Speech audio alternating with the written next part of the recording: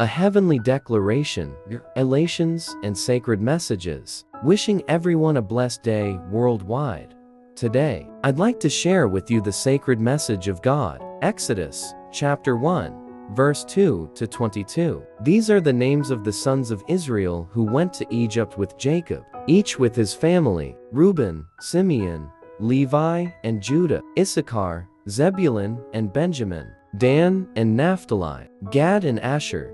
The descendants of Jacob numbered 70 in all. Joseph was already in Egypt. Now, Joseph and all his brothers and all that generation died. But the Israelites were exceedingly fruitful. They multiplied greatly, increased in numbers, and became so numerous that the land was filled with them. Then a new king, to whom Joseph meant nothing, came to power in Egypt. "Look," he said to his people, "the Israelites have become far too numerous for us. Come, we must deal shrewdly with them, or they will become even more numerous, and, if war breaks out, will join our enemies, fight against us, and leave the country." So they put slave masters over them to oppress them with forced labor, and they built Pithom and Ramesses as store cities for Pharaoh. But the more they were oppressed, the more they multiplied and spread. So the Egyptians came to dread the Israelites and worked them ruthlessly. They made their lives bitter with harsh labor in brick and mortar, and with all kinds of work in the fields. In all their harsh labor,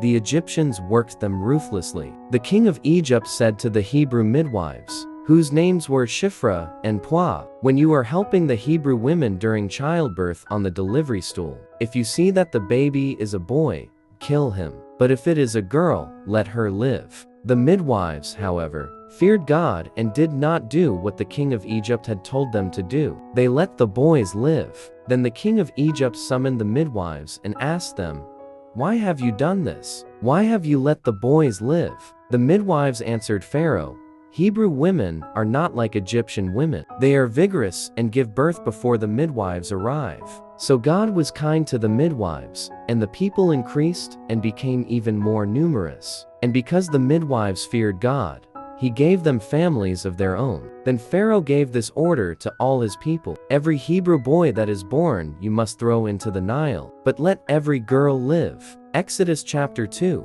verse 2 to 25. Now a man of the tribe of Levi married a Levite woman, and she became pregnant and gave birth to a son. When she saw that he was a fine child, she hid him for 3 months. But when she could hide him no longer, she got a papyrus basket for him and coated it with tar and pitch. Then she placed the child in it and put it among the reeds along the bank of the Nile.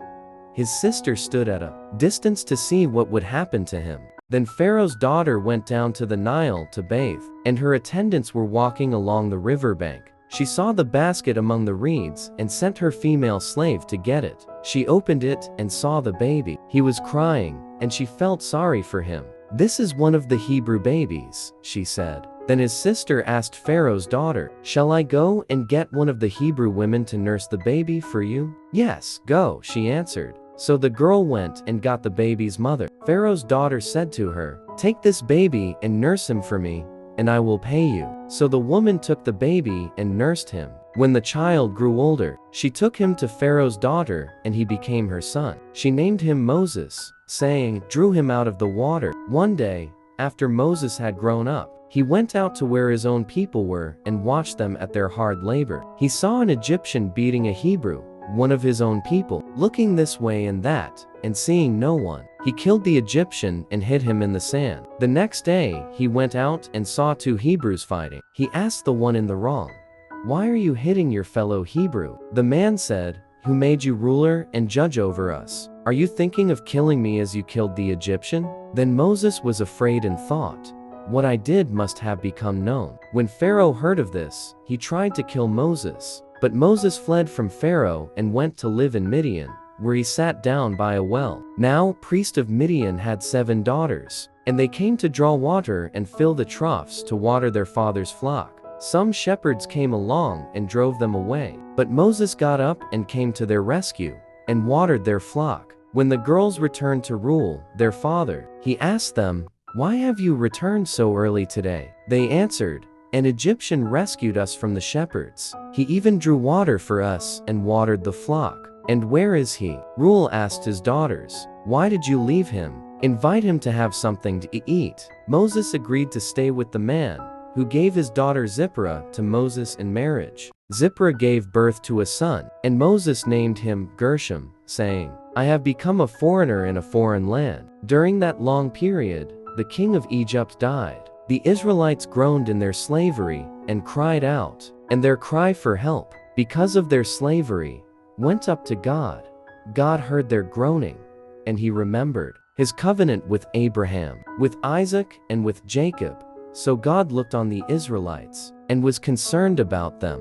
Exodus chapter 3 verse 2 to 22. Now Moses was tending the flock of Jethro, his father-in-law, the priest of Midian, and he led the flock to the far side of the wilderness and came to Horeb, the mountain of God. There the angel of the Lord appeared to him in flames of fire from within a bush. Moses saw that though the bush was on fire, it did not burn up. So Moses thought, "I will go over and see this strange sight, why the bush does not burn up." When the Lord saw that he had gone over to look, God called to him from within the bush, "Moses, Moses." And Moses said, "Here I am." "Do not come any closer," God said. "Take off your sandals, for the place where you are standing is holy ground." Then he said, "I am the God of your father, the God of Abraham, the God of Isaac, and the God of Jacob." At this, Moses hid his face, because he was afraid to look at God. The Lord said, "I have indeed seen the misery of my people in Egypt.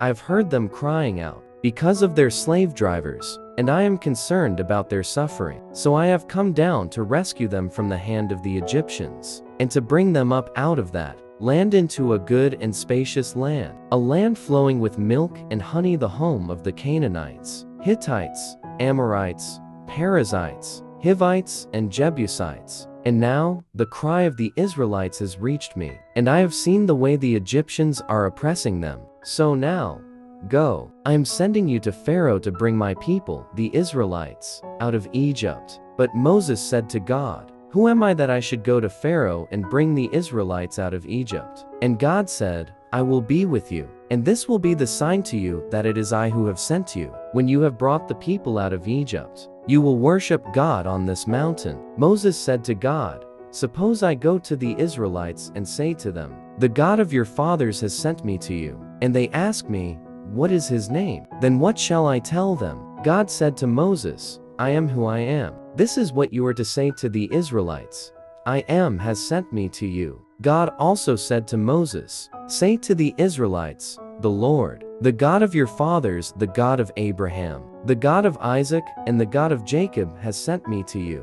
This is my name forever, the name you shall call me, from generation to generation. Go, assemble the elders of Israel and say to them, 'The Lord, the God of your fathers, the God of Abraham, Isaac, and Jacob appeared to me and said, I have watched over you, and have seen what has been done to you in Egypt, and I have promised to bring you up out of your misery in Egypt into the land of the Canaanites, Hittites, Amorites, Perizzites, Hivites, and Jebusites, a land flowing with milk and honey. And I will make the Egyptians favorably disposed toward this people, so that when you leave, you will not go empty-handed. Every woman is to ask her neighbor and any woman living in her house for articles of silver and gold, and for clothing, which you will put on your sons and daughters, and so you will plunder the Egyptians. Blessed are those who hear the word of God and keep it. Remember to never stop praying and to keep reading the Bible, because God speaks to us through His word.